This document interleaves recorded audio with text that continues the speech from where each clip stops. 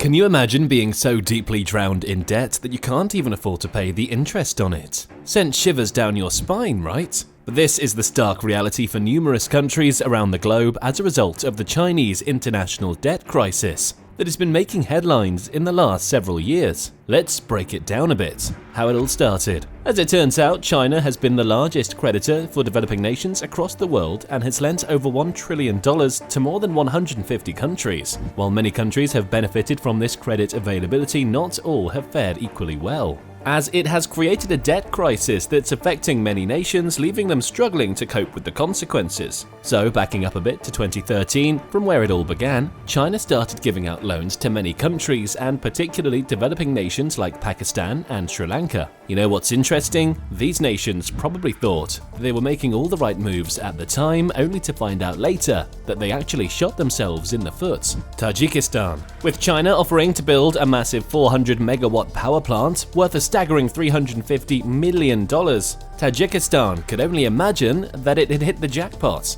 But 3 years later, the situation appeared to have turned bleak when Tajikistan failed to keep up with the repayment plan. Catching everyone off guard, China swooped in and took over the country's gold mines as compensation for the loans. It didn't just end there, because as Tajikistan missed payments on more loans, China eventually went after the country's silver mines and claimed control over everything valuable in Tajikistan. In the end, Tajikistan was left with nothing but mounting debts and a looming sense of economic enslavement by China. Sri Lanka. Sri Lanka's tragedy caused by its Chinese benefactor seems to be even worse. Sri Lanka found itself owing China over $12 billion in debt, and the government eventually failed to repay the loans. What was China's mitigation plan? You guessed right, China took control of a strategic port that was key to Sri Lanka's economic interests. But that was just the beginning. As Sri Lanka spiraled further into bankruptcy, China made a brazen attempt to establish a military base at the port, using its latest generation space tracking ships to monitor satellite and missile launches. However, India wasn't about to let this slide. In a bold move, India intervened and pressured Sri Lanka to deny China the permission to set up a military base so close to its border. In the end, we all know how things panned out for Sri Lanka,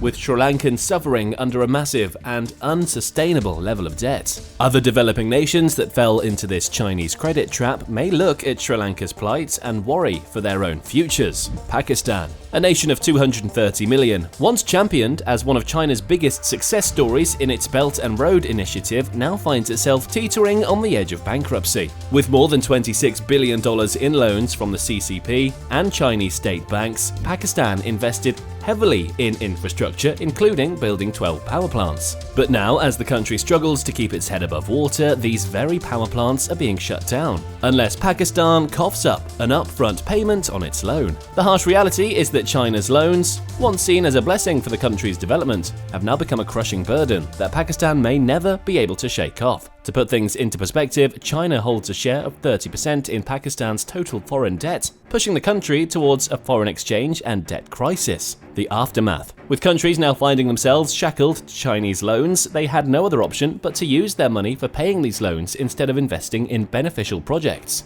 hence being trapped in what seems to be a never-ending cycle for them. Hold on, that's not just the end of this bad tale. China's loans also came with aggressive repayment plans. While the World Bank usually offers loans at interest rates of 1 to 3% and a payback period of 30 years, China's loans came with interest rates of as high as 7% and a much shorter repayment period of just 15 years. As fate would have it, the truth has finally come to light. This was all part of China's grand plan to overthrow the USA and become a superpower. As part of Xi Jinping's ambitious plan, China was expanding its power and influence on a global scale and lending loans under the guise of assistance, which seemed to have paved the way for China to secure access to vital resources. With the debt crisis making headlines, it becomes increasingly clear that these are all pieces of a larger puzzle. In short, China's economic dominance is coming at a steep price for its beneficiaries. Their loan policies are creating a generation of debt slaves, and the consequences could be devastating. Endgame. How are things looking for China? You must be wondering what's next. China now seems to be facing the prospect of restructuring its debt to a multitude of countries simultaneously. In a groundbreaking move, Beijing recently joined hands with major lenders from the Paris Club to provide debt relief to Zambia. with plans to extend this model to other low-income countries. You must be wondering what the Paris Club is. It's an informal group of major creditor countries which was established in 1956 with the aim of finding coordinated and sustainable solutions to the payment difficulties experienced by debtor countries. Going back to our discussion, although the plan of providing debt relief to Zambia seemed to be a good plan on paper, it's proving to be quite challenging. China's internal policies are complex and difficult to navigate, with different government agencies and powerful banks all vying for control and influence. This has caused delays in implementing the debt relief plan, as officials in Beijing were cautious not to be accused of misusing public funds. For a considerable amount of time, China has endeavored to present itself at the United Nations as a defender of economic, social, and cultural rights, not only within its borders but also in the developing countries across the globe. This seems to be ironic given its apparent resistance to debt restructuring and cancellations, which has resulted in creating numerous challenges for indebted governments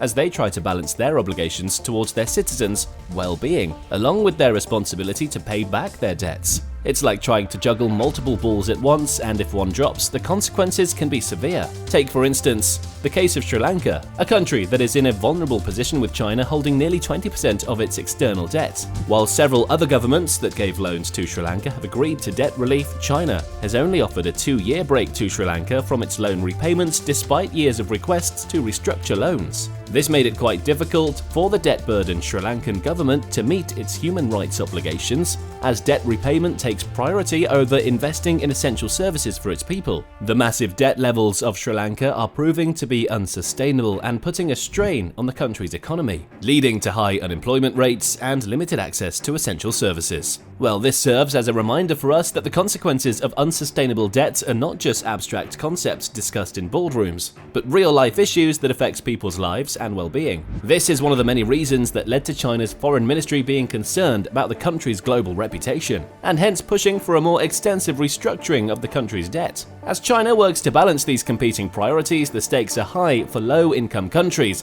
that are dependent on debt relief to recover from economic turmoil. The question remains, will China be able to live up to its promises and effectively support these countries while managing its own internal politics and external relations with the West? It seems like China might have flown too close to the sun with its ambitious plan to bail out struggling countries. While China has been a generous benefactor to many nations, including Zambia, the reality is that it cannot continue to shoulder the financial burden indefinitely. With its domestic economy already facing significant challenges, including a looming real estate bubble and mortgage boycotts, the Chinese government must tread carefully to avoid a catastrophic liquidity crisis. If the banking system loses the public's trust, the consequences could be disastrous, setting China's economy back decades. Unfortunately, the road ahead looks rocky. For the first time in 3 decades, China has missed its GDP growth target due to mounting domestic pressure. And with many CCP officials questioning the wisdom of loaning out billions of dollars to other countries, it seems that China's global ambitions may be in jeopardy. As the global debt crisis rages on, more and more countries are on the brink of collapse, and China's dreams of world domination could be crushed along with them. The stakes are high and the clock is ticking. Will China's benevolence come at too high a cost?